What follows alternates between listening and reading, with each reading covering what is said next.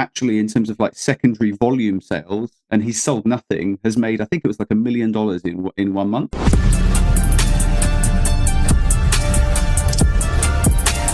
Bitcoin, crypto, Ethereum, crypto assets, NFT.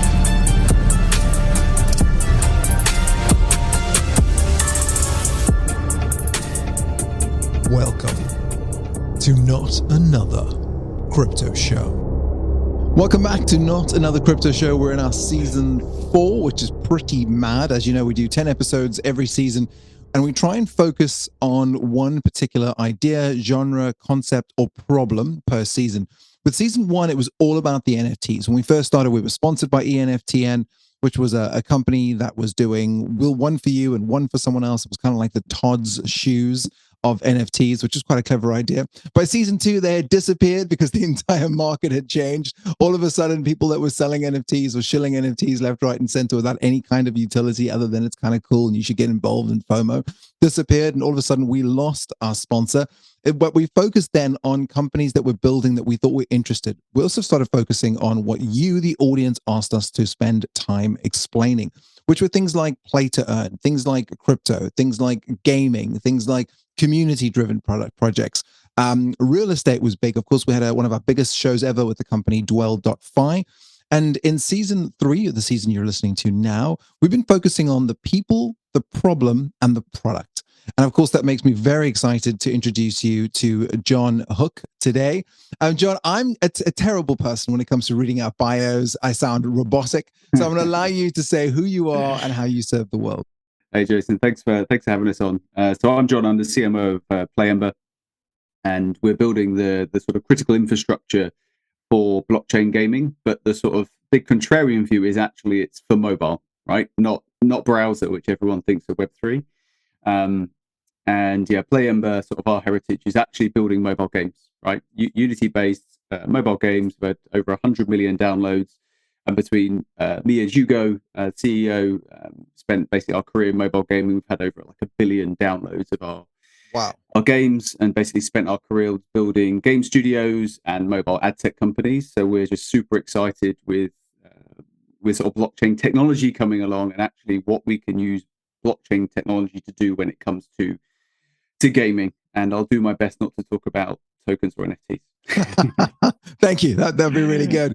I'd like to I want to unfold that. There's so many things you brought up there that I'd love to ask you about. But I want to start right in the beginning. How did you even get into gaming? I mean, even Web2, like what took you from University of Bristol to now I'm in the gaming world? So I studied law, and it just wasn't for me, right? It just, but on the plus side, what I learned, which is great for gaming, and is just being analytical, right? Looking at large amounts of data and just trying to pick out like the key nuggets that you can just basically build in law, your argument around your case, but in gaming, your sort of game thesis around. So being honest, I'm an accidental gamer, personally sort of grew up with like Nintendo, Sega, but never was set out on a game, on a career in gaming. And actually, like all these things, it kind of happened in a nice way. It actually was like a really good friend of mine who's actually an advisor in our business. We were at Mobile World Congress, and at the time I was working for an ad agency. He was working at Eurosport, and we were just having I don't know if it was a beer or sangria, something Spanish, but at the time it was just mobile advertising. There was pretty much just ad mob and ringtones, and all day our clients have been saying, this mobile thing, not even gaming, like we need to have a mobile strategy. And then that resulted in us sitting down at my mum's kitchen table and writing a business plan to start our own mobile ad network that we bootstrapped, and we sold to a NASDAQ listed company a few years later. And that really was my entry point into mobile advertising. And of course, gaming is a huge part of that. So that's really where it all started. And when it comes to crypto, and when it comes to gaming, and when it comes to starting a business and being a lawyer, it all starts with the problem, right? And then understanding the problem well enough to explain the problem and then your solution. Do you think that is what sort of made it, I don't want to say easier, because obviously no journey is easy, but do you think that allowed you a better opportunity So that the ability that you could read so much data and work it out down to its fundamentals, and then of course explain it backwards. Yeah, I think there's two parts to that. There's being analytical and looking at data to find those, to find those trends. I think there's a lot of entrepreneur in you that likes to be the contrarian and look at those rather than where everyone is. Look 2 years out and where you think it's going and what's going to disrupt that. And then the last point, which you said is clear. Once you've got those two, the ability to simplify that, particularly if it's a very technical product, into a much bigger mass market opportunity that you can put in front of investors. The other thing you said is that first business you bootstrapped. Now that a lot of our audience, as we're learning sort of recently, and thank you audience for sending your messages in and your messages on LinkedIn, is that they're starting businesses. They're getting into Web3. They're trying to start a business in Web3. They're joining businesses in Web3. So it's a very entrepreneurial audience. How did you have the faith in yourself and your partner and in the idea to go, we're going to put our own money behind this? Or was it just that you thought your mother had a great kitchen table? Yeah, thanks, Mum. I think first time around it was just a very different sort of venture landscape till there is now. There wasn't all these incredible like angel networks, all the L1s and their foundation and grants. And also it was our first time doing it. Honestly, we just didn't have a clue. Like we just didn't know. And also, I think when you're younger and you have no ties at all, your appetite for risk is at its highest. So I think anyone in their early 20s right now, my biggest advice would be just start a company, just do it. Obviously have a bit of a plan and think about it. But if you're ever going to do it with, you've got plenty of time to actually get a normal job, right? If you're ever going to just try and learn, like do it then. So I think starting out then, honestly, we that was all we knew how to do. We were just like, look, we have to make this work. And worst case scenario, we just go back and get a normal job. Yeah. And I think for a lot of people, that's the thing. That's the risk reward you should be looking at is that, I'm never going to be this young. I'm never going to have such few things holding me down. I'm never going to have an opportunity to work in an industry that's growing, and preferably choose an industry that's growing, because a rising tide raises all ships. And we've definitely seen that, especially in this space. And we saw that with Web 1 and we saw this with Web 2. And I think we're going to see it massively again in Web 3. The next thing that's really interesting is I remember reading through your LinkedIn, and you had your skill set was like the obvious, right? Like Web3 and blockchain. But then and games and development. But then you had like fundraising as a skill. And I thought, yes, that is, people don't put that down as a skill, but obviously it is a skill. You're raising money from people on an idea or a concept. Tell us a little bit about that. Was that quite scary to go from I've never raised money with bootstrap founders to actually we need this much to get where we want to be, and we now have to convince others? Yeah, I think let me answer it this way. I think in Web3, the fundraising approach is very different to Web2. It's just very different, like venture capital firms, very different way of thinking, very different due diligence, and it's something I'm really passionate about and try and help a lot of like community ecosystem projects raise funds, because that's why I put it. It is a skill, right? You don't just put. I mean, everything. So let's break it down.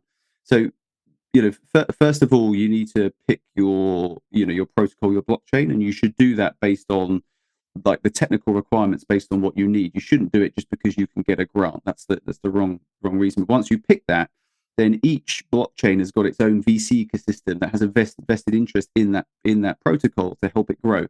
So if you can then get a grant or an investment from that protocol, your first step should be that VC ecosystem, because that's, they have a vested interest in helping you succeed.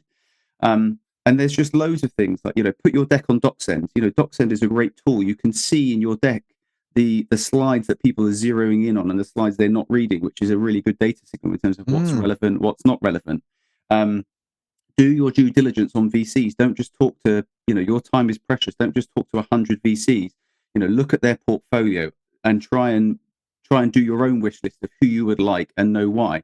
So when you're picking a VC, be really confident that you're going to close them, that ultimately you're going to have a decision to make. You've only got so much room on your, cap table if you're doing a safe, or only a finite amount of tokens.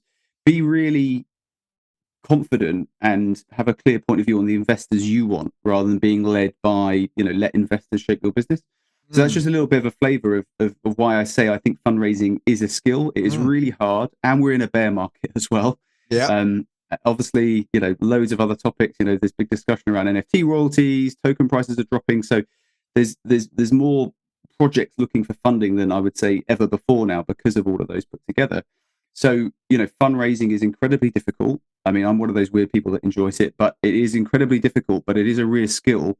And the more analytical you get with some of the things I've just mentioned, I think then the higher chances you have of being efficient with those VC approaches and conversations. I think that's brilliant. I mean, there's so much in there. I had the great opportunity the first time this show sort of grew. It grew from the idea that I couldn't launch a podcast and make a podcast profitable in under 3 seasons in an industry I knew nothing about, with an audience I knew nothing about. And I was like, great, I'm completely into that. And the guy that pitched me this idea was a friend of mine, and I believed in him and his company. And by season 2, we had, season 1, we had an advertiser. But season 2, we had a sponsor. But season 3, they bought the show. And what they did with that is, and it was a fintech company called Pink, P-Y-N-K. And what they did was they then monetized their audience to go and become holders of the wallet. So that allowed them to raise $2.1 million through a Seeders page.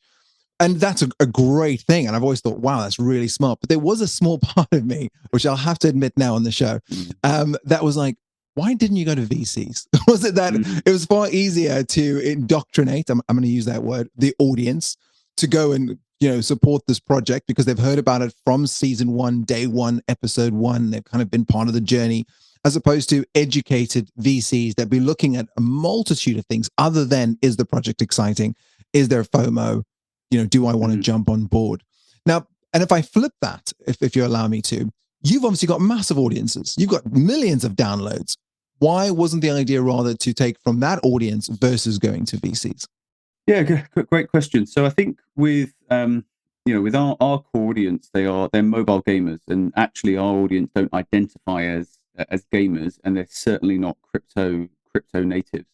So our challenge is actually to show them all the benefits of blockchain technology without even mentioning chains, tokens. When we have to mention a wallet because we need their permission to create one. But for us, then the idea of trying to sell in that vision to them to finance the project actually, for us didn't make sense. Where we want them to be a key part of our community is to get a lot more direct benefit to the sort of walled garden Web2 monetization approach, where it's really the consumers that get monetized, and sure, the trade-off is you get to play a game, but there's no real value beyond that in terms of the actual time that you, and also sometimes money that you put into a game.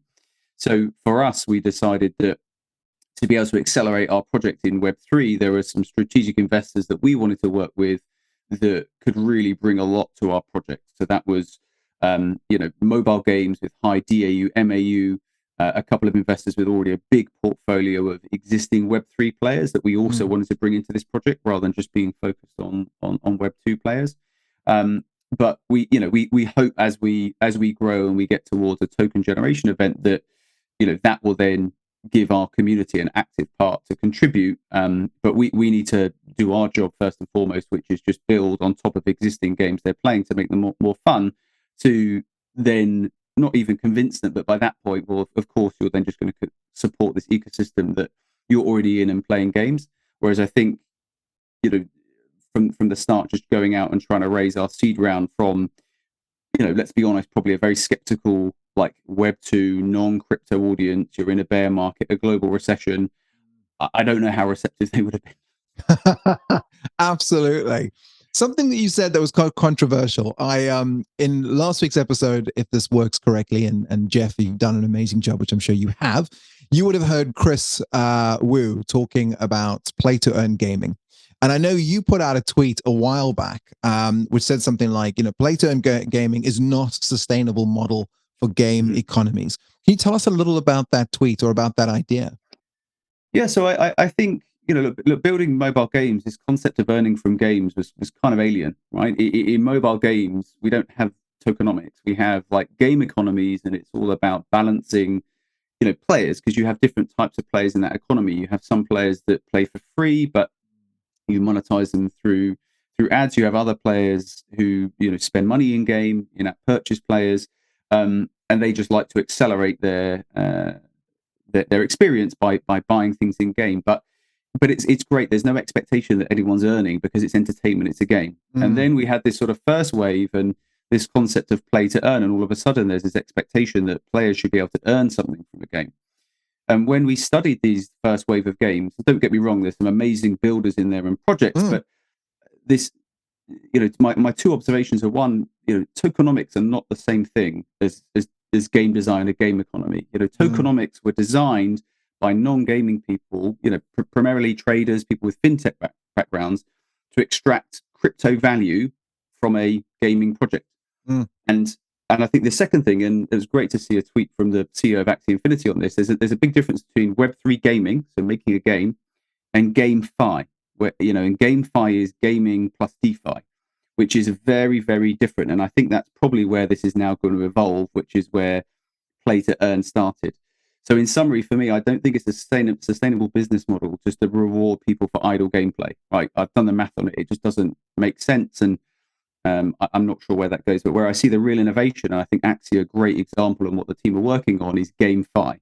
Combining gamification. It doesn't mean it's a game, but combining the concept of gamification with the ability to sustainably earn from that. Now, what that means, I think, is going to be very different to what was attempted in phase one, which is basically you sort of stake some kind of object and then you earn some sort of tokens and you're trying to get crazy APY multiples in it. I believe where that space is going to innovate is where it's going to be sort of like commerce partnerships that actually tie together this, token value ecosystem with gamification for, rewards or, like topping up your mobile phone, for example. Versus for me, what we're seeing now in what I believe is going to power blockchain gaming and finally land it to the mass audience is people building actual games, right? First and foremost, on mobile devices that have got blockchain technology in them, that is not about play to earn. It's about just first and foremost making an amazing game with a sustainable game economy. So I think that's, there's a lot in that, but that was really why I tweeted it, because I'm a big believer of blockchain gaming. I just think that the play to earn model, just generally in conversations like at Token 2049, I think the general consensus is, that didn't really work. Let's move on. I love that. One of the things I love about Web3 is this concept of ownership. And I know, again, you mentioned in when I was doing my research on you that there's a lot of rhetoric about players valuing this. And your statement was something around that maybe they don't actually want ownership, that what they really want is the ability to trade assets. Can you expand on that? Yeah, of course. So I think something we've been thinking about a lot, and again, a lot of conversations at conferences, is that, but then the sort of rhetoric is around play and own. And there's some amazing projects that drop that the meta is all about basically free NFTs now. So basically using NFTs as a sort of mass on ramp, as user acquisition, and then letting the community set that value. So if you look at like Gabe Layden, ex-Machine Zone CEO, a real trailblazer in Web2, and what he's done at Limit Break, he gave away, there's a sort of free mint, obviously gas fees on top. But actually, in terms of like secondary volume sales, and he's sold nothing, has made, I think it was like $1 million in 1 month. And I think that's really interesting. And when I think about that, I think, again, in gaming, there's no one size fits all audience. So I think there probably is an audience that really is passionate about this idea of ownership. But I think there's also this audience that it's not necessarily about ownership and, setting up wallets, etc. It's just actually what's important. So long as I have the ability to trade and sell, that's all I want. And that's my point. And therefore that doesn't have to be, I think it's dangerous to assume everyone wants to own all their assets in gaming. Okay. I'm just saying, I believe there is an audience in there that just wants to play a game, and then when they're done, they just want the ability just to sell their NFT, if that's where you store your progress, and I can sell that to you. The question I'm asking is, to enable that, do I need to own that asset, or can someone effectively store that and be the, have that in custody somewhere that, it's mine, it's linked to my ID, I have the right to trade it, but the actual sort of ownership sits somewhere else. I love that. Which if you think about it, if you extrapolate that back to sort of real world, non-gaming, non-Web3, that's all a mobile phone is. Most of us have a contract, which means the phone actually belongs to the carrier. And at the end of that service, I have the ability to either hand it over to someone, selling it, getting my money back, or moving back to the next thing inside the wallet, in this case, the carrier, to go, I'll take the next tool that allows me to keep playing the things I like to play. So I like the way you brought that up. The other thing that you brought up was audience. And I think anyone who looks into the gaming space and looks at the audience, and I've done this only recently, because only recently we started talking to gaming companies in season 3 of the podcast, but you can't help but say there's an Asian invasion, right? Why is that, do you think? There seems to be so many more Asian gamers. When we first started the season, and I don't know if the stats have changed, but it was like the Philippines were leading the way when it came to play to earn. And then there was this, and lately we've been talking to a lot of founders based in China or Singapore, and I was like, wow, that's really interesting that has become. I mean, it seems that you'd think, well, Nintendo is from, and PlayStation, Sony, and da-da-da-da. But you wouldn't expect, I don't know, I just assumed that it wouldn't be so strong and so obvious as it is, that Asian gamers really have been the forefront of this and are the largest percentage. What do you think is about that? Is it distribution? Is it discovery? Yeah, I mean, amazing question. I could probably do a whole 30 minutes on that. But the quick answer with this. So, no, in mobile gaming, again, a huge Asian contribution and player base in mobile games, right? That's never been the issue. The challenge in Web2 has actually been, usually 50% of your revenue comes from the US, because you can monetize those players more effectively. And that's linked to, if we think ad-based, higher eCPMs from advertisers, and versus, say, eCPMs in markets like the Philippines, like Thailand, like India, just aren't as high. But you have just as many players there. And then when we look at Web3, and you go back to your previous question, we're in really tough times at the moment economically.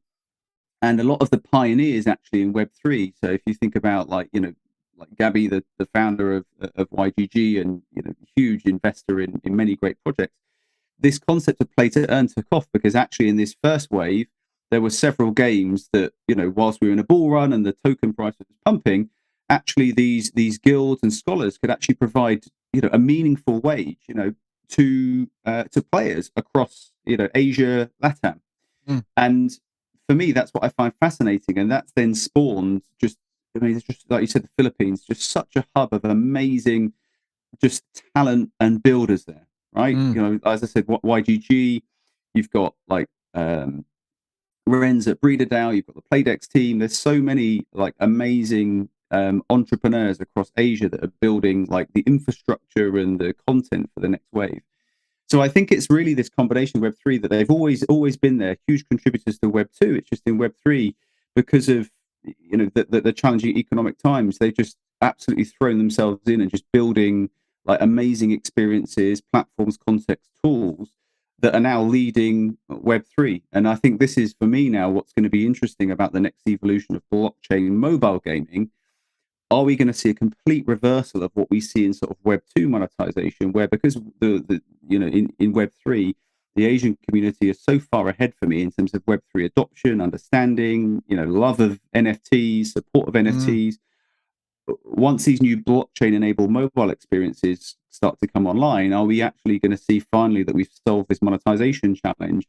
That let's take that example, a mobile game where 50% of your revenue comes from the US. Are we going to see a complete flip where now 50% of your revenue is coming from Asia?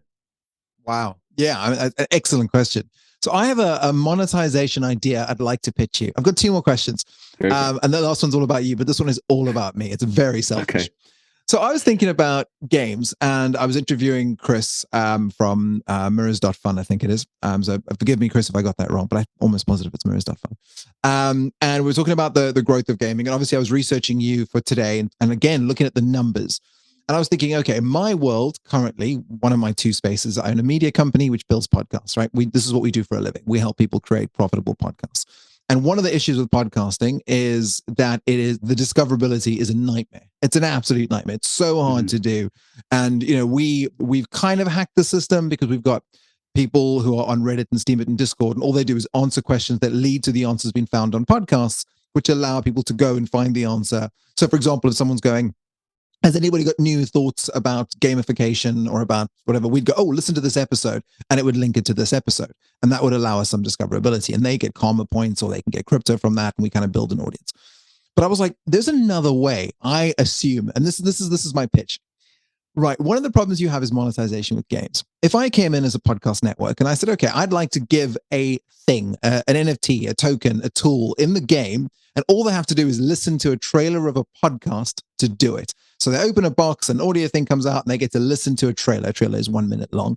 And if they like it, great. I get a win because they go off and listen to the full season. But if they don't, they don't. And then the shows are linked to whatever they're playing. So it's not like they're getting a show for mental health and they're playing a game about killing people. Or it's yeah, I mean, I'm doing a terrible job at a pitch, but it's only a basic idea. But I was like, you've got so many downloads, you've got so many people playing, and if there's some sort of reward process which also adds to discoverability, why is that not in play? Considering the growth of podcasts and the problems that YouTube has the same problem with discoverability. Yeah, I think there's a couple of interesting things in there, and first of all, just generally what we always apply, which is linking sort of game ads and in-game content to what we know about you as a player to try and make it as personalized as possible. But the second point you should connect with, and I'm sure they'll be listening, like Wilfred and Christian, the founders of Audio Mob, because this is what they're really building and pioneering, which is like rewarded audio video for mobile games, right? To this idea that, again, this is why I'm excited about blockchain, but these guys, for now, it's Web2, but it's really interesting that this idea that, okay, rewarded video needs to evolve. Most people are playing games with sound on. Sometimes rewarded video, you have to watch it. It's kind of interrupted, but this idea to get you straight back into the gameplay, but be listening to, in a more immersive ad as part of the experience, and it's your idea, then you get rewarded for that. I think that's really interesting. So, thank you. So yeah, I think you should connect with them and figure this out.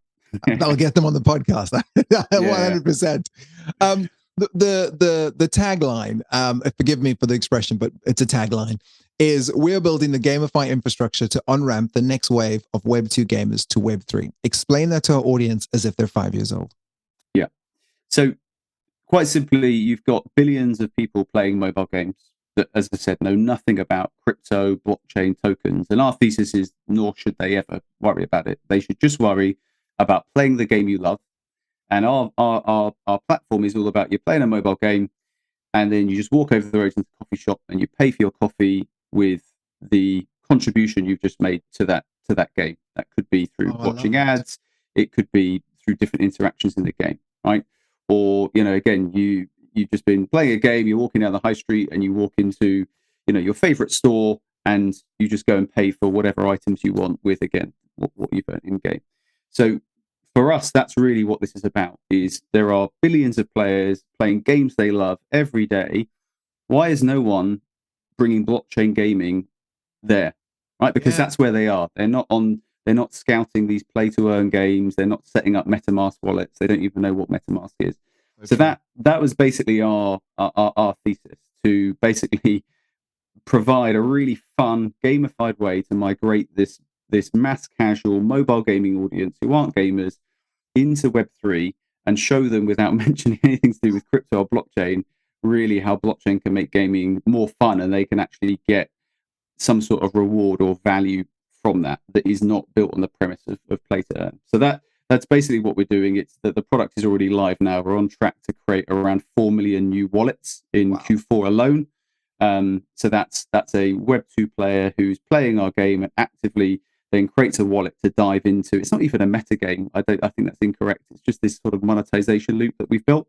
And if we hit that, if I'm looking at that radar right now, we would be, if we create 4 million active wallets, we would be the biggest blockchain gaming project by the largest ones, just under 300k a day.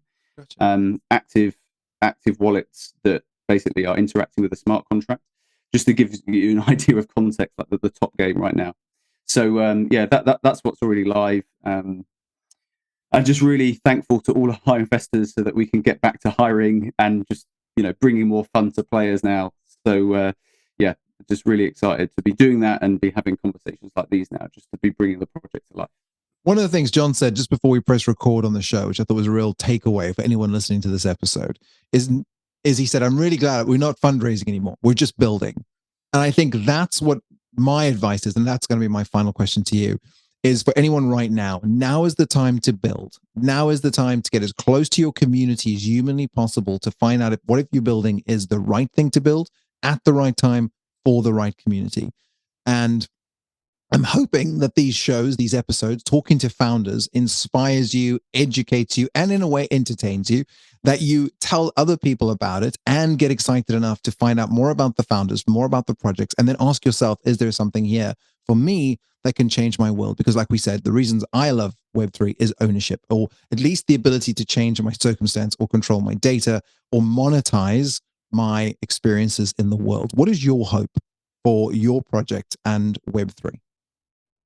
So two simple hopes. One, that we can just continue to make fun games for people. That's it. Second one is doing things like this to genuinely help others navigate Web3 and build amazing projects, whether it's, partnering through us, or whether it's, if there's a way I can help make some introductions to them or just give them some advice on what they're building. That's it's the spirit of Web3. It's not just about you and your community. It's about the entire community that you're contributing to, and by doing that, number two, by default, will help your own project. So that's my hope. That's fantastic. For those audience members that would love to find out more about the project and yourself, where can you direct them to? So just follow us on Twitter. We're there. Just PlayEmber. I'm at Jon Hook, incredibly original. So and you see us commenting on each other's accounts, as you often do. But yeah, feel free to reach out to us, and would love to talk to people.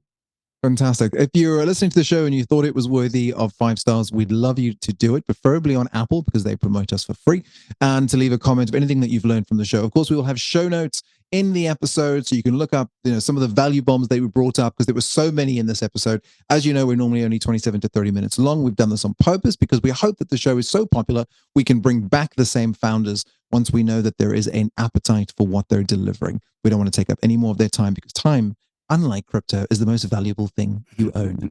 Thank you so much for listening to Not Another Crypto Show. That was Jon Hook. I've been Jason Allen Scott. And wherever you are, stay safe and shoot for the stars. Making a high-quality podcast like this one takes a lot of work. That's a fact. But not when you hire a podcast company. With our white glove experience, we handle everything for you. From guest outreach all the way through to publishing and promotion, we handle it all. You show up to hold great interviews and build relationships with your guests, and we take care of everything else. Podcasting is not just about the audience. Every podcast interview is the start of a new relationship. With a weekly podcast, you'd build relationships with 52 ideal partners or prospects through your podcast interviews over the next 12 months. Do you believe that 52 new relationships would help grow your business? We do. Contact Jason at apodcastcompany.com and let's talk.